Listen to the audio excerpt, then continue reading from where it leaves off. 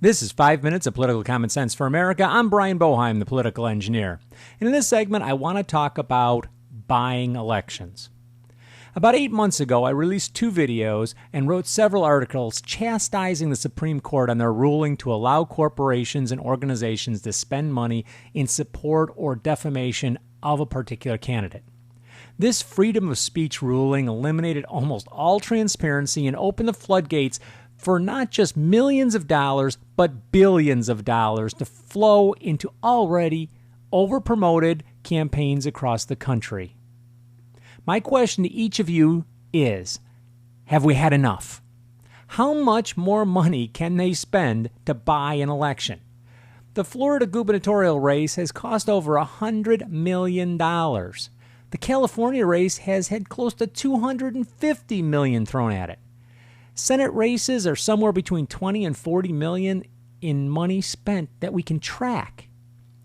The money we can't track, which comes from corporations, unions, lobbies who are purchasing ads, signs, and influence, it's estimated to have at least matched that number.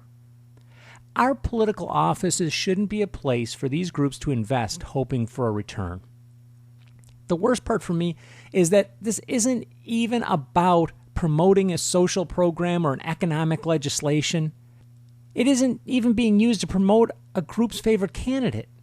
Instead, it's being used to deface the opposition candidate.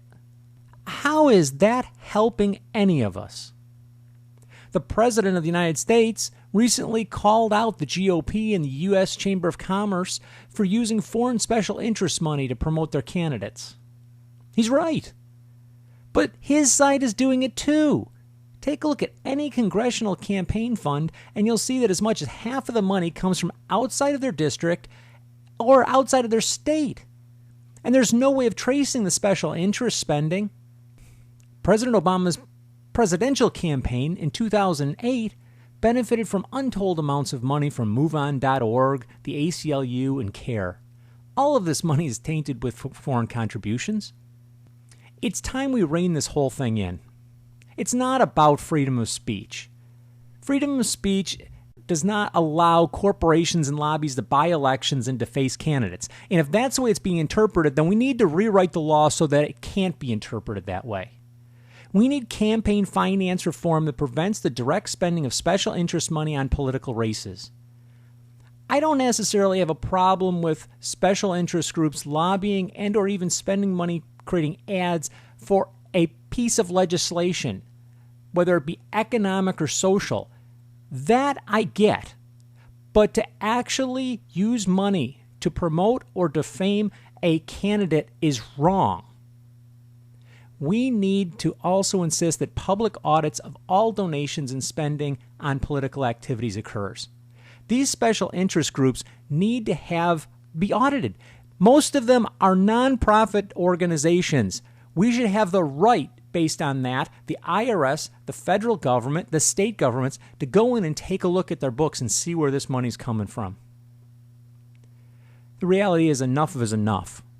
We need to take back our electoral process and take the big money spending out of it. You've been listening to 5 Minutes of Political Common Sense for America. I'm Brian Boeheim, the political engineer. And if you like what you've heard here, go out and pick up a copy of my book, Political Common Sense for America. You can find it at Amazon.com. Also, check out our website, www.pcsfa.com. Till next time, be safe out there.